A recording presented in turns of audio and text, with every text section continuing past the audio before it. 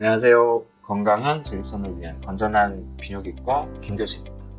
앞에 여러 영상들에서 전립선 암을 진단하는 과정들에 대해서 제가 여러 영상으로 말씀을 드렸습니다. 진단 과정을 요약을 하면 PSA, 수지검사 같은 선별검사, 그 다음에 전립선 조직검사 같은 확진검사, 그 결과를 가지고 전립선 암 위험도를 평가하고 전립선 암의 퍼진 정도, 병기 결정 등의 과정을 거치게 됩니다.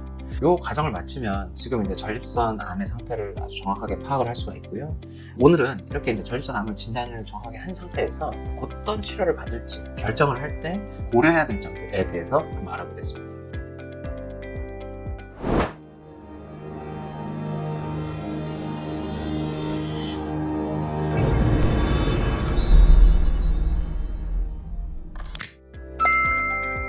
전립선 암은 아주 다양한 치료 방법들이 있어요. 어떤 방법으로 치료를 시작할지 결정하는 거는 전립선 암 진단받은 한 개인한테는 아주 중요한 문제일 수가 있어요. 주로 다음과 같은 이유들이기 때문인데요. 첫 번째로는 전립선 암으로 어떤 치료를 하는지에 따라서 얼마나 오래 살지가 결정이 되고, 또 어떤 치료를 받느냐에 따라서 삶의 질에도 아주 영향을 줄 수가 있어요.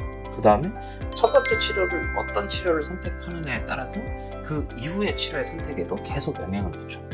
이런 결과들을 좋게 하려면 전립선 암 상태를 정확하게 진단을 하고 나서 첫 번째 치료 방법을 아주 신중하고 정확하게 선택을 해야 됩니다. 전립선 암 환자에서 가장 효과적이고 안전하면서 만족도가 높은 치료 방법을 선택하기 위해서는 제가 말씀드린 한 세 가지 원칙을 잘 지켜야 됩니다. 첫 번째로는 의학적인 근거에 입각해서 치료를 해야 됩니다. 너무나 당연한 말이지만 모든 치료 방법들은 의학적인 근거에 바탕을 해서 결정을 해야 됩니다. 쉬운 말로는 교과서에 나오는 대로 치료를 해야 된다는 뜻이에요. 하지만 현실적으로 의사들이 진료를 볼 때 교과서에만 의존하지는 않아요. 전립선 암 치료는 항상 수많은 새로운 지식들이 전 세계에서 쏟아져 나오고 4~5년에 한 번씩 개정되는 교과서로는 그런 정보의 속도를 따라가지를 못해요. 저는 전립선 암 환자를 진료를 할 때 최근에 진료 지침, 트리트먼트 가이드라인들을 주로 참고를 하고요. 미국 비뇨의학회 아니면 유럽 비뇨의학회 아니면 미국 표준암 진료지침위원회 등의 권위 있는 기관들이 최신 진료지침들을 항상 제공을 하고 있어요. 그 중에서도 미국 표준암 진료지침위원회 NCCN 진료지침을 아주 좋아하는데, 그 이유는 첫 번째로는 정보의 업데이트가 굉장히 빠르기 때문에 1년에도 몇 차례 개정판 진료지침을 제공을 해요. 또 두 번째로는 미국에서 나온 진료지침이기 때문에 우리나라의 실정에도 비교적 잘 맞는 편이에요. 두 번째로 전립선 암으로 치료받는 환자의 사정을 생각해야 돼요. 전립선 암을 치료받는 환자의 상황도 중요합니다. 여기서 환자의 상황이라는 말은 아주 포괄적인 개념인데, 우선 환자의 전립선 암이 어떤 상태인지가 아주 중요하겠죠. 쉬운 말로 전립선 암이 초기인지 진행된 상태인지, 또 암의 악성도는 어느 정도인지에 따라서 적절한 치료 방법이 다 다릅니다. 또 전립선 암 상태를 정확하게 평가하는 방법에 대해서는 여러 영상들에서 이미 좀 말씀드렸으니까 그걸 참고하시면 도움이 될 것 같고요. 전립선 암 상태 말고도 환자의 나이라든지 다른 동반 질환 여부, 전반적인 건강 상태도 치료 방법을 결정하는 데 아주 중요해요. 극단적인 예를 들면 전립선에 국한되어 있는 2기 이하의 중유형도 전립선 암을 새로 진단받은 분이 있다고 가정을 해봐요. 이런 분한테서 전립선 암 상태만 가지고 치료 방법을 생각을 하면 암의 근치를 기대할 수 있는 수술이 제일 좋은 방법이겠죠.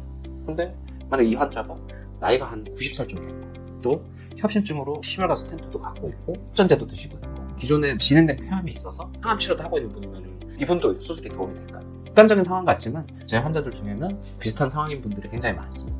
수술 및 마취에 대한 위험성, 치료의 이득 이런 걸 비교를 해도 이런 환자들한테 전립선 암 수술을 권유하는 건 전혀 맞지가 않죠. 대신 전립선 암을 적절하게 조절할 수 있는 다른 치료 방법을 생각해 봐야 됩니다. 또 환자의 경제적인 형편도 고려를 해야 됩니다. 요즘 전립선 암 수술을 받는 분들 90% 이상은 다 로봇 수술을 받잖아요. 근데 이거는 로봇 수술이 수술 상처도 적어서 회복도 빠르고 수술 후에 요실금이나 발기기능 이런 부작용에 대한 빠른 회복도 기대할 수 있다는 장점 때문에 있습니다. 하지만 전립선 암 로봇 수술은 아직 국민건강보험 적용을 받지 못하는 수술이에요. 그래서 실손보험 없는 분들한테는 수술 비용이 많이 비싼 편이에요. 또 환자분들 중에서는 경제적인 형편에 따라서 이런 고가 수술을 감당하기 어려운 분들도 있어요. 이런 분들은 로봇 수술 말고 다른 치료를 생각을 해봐야겠죠. 마지막으로 환자의 치료 선호도도 치료의 결정이 아주 중요한 영역이죠. 치료를 하다 보면 이런 말씀 하시는 분들이 있어요. 야, 난 죽어도 내 몸에 칼 대기는 싫어. 이런 식으로 얘기하시는 분들도 있거든요. 이런 신념의 확고한 분들을 강제로 수술을 받게 할 수 있는 방법은 없어요. 대신 전립선 암을 치료할 수 있는 대안적인 치료를 찾아봐야겠죠. 셋째로 치료를 제공하는 의사 또는 병원의 상황도 고려를 해야 돼요. 치료를 하는 의사 또는 병원의 상황도 있습니다. 가령 뭐 A라는 치료 방법이 어떤 전립선암 환자에서 최선의 치료로 판단이 되고 환자도 동의를 했는데 A 치료를 위한 장비가 병원에 없다. 그러면 환자한테 B라는 다른 치료를 권하기보다는 A 치료가 가능한 병원으로 빨리 전원을 하는 게 더 윤리적이죠. 비슷하게 C라는 수술이 최선의 방법인데 의사가 그 수술을 잘 못해. 그러면은 C라는 수술을 잘 하는 의사한테 그 환자를 보내는 게 맞아. 또 다른 경우로는 신속히 치료가 필요한 환자인데 의사가 막 수술이 너무 많이 밀려있어. 빨리 못하게 되면 더 빨리 수술을 해줄 수 있는 의사나 병원을 소개시켜주는 것도 고려해봐야 됩니다. 물론 좀 더 기다리더라도 본인이 믿고 선호하는 의사 선생님한테 수술을 받겠다 이러면 환자분들의 의사도 충분히 존중이 돼야 되지만 수술이 지연되는 동안에 병이 또 나빠질 수 있다는 사실도 충분히 고려를 해야 돼요. 요약을 하면 전립선암의 치료를 잘 결정하기 위해서는 앞에서 말씀드린 3가지. 첫 번째, 의학적인 근거. 두 번째, 환자의 상황. 세 번째, 의사 및 병원의 상황을 모두 충분히 고려를 해야 돼요. 이런 점들을 충분히 고려를 하고 치료를 결정했을 때 전립선암 치료가 효과가 극대화되고 환자 만족도도 커질 수 있어요. 오늘은 전립선암 치료를 계획할 때 어떤 점들을 고려해야 되는지에 대해서 알아봤는데 오늘도 유익하게 보셨나요? 오늘 내용이 유익하셨다고 판단되시면 건전한 비뇨기과 김교수 채널 좋아요, 구독 신청해 주시고요. 전립선 질환 관련해서 간단한 상담하시고 싶으신 분들은 제 카페에 오셔서 질문 남겨주셔도 좋고요. 전립선암, 전립선 질환 관련해서 저희 병원에서 진료를 보시고 싶으신 분들은 1661-2288에 전화 주시면 예약을 도와드립니다. 오늘도 긴 내용 끝까지 시청해 주셔서 감사합니다. 건전하세요.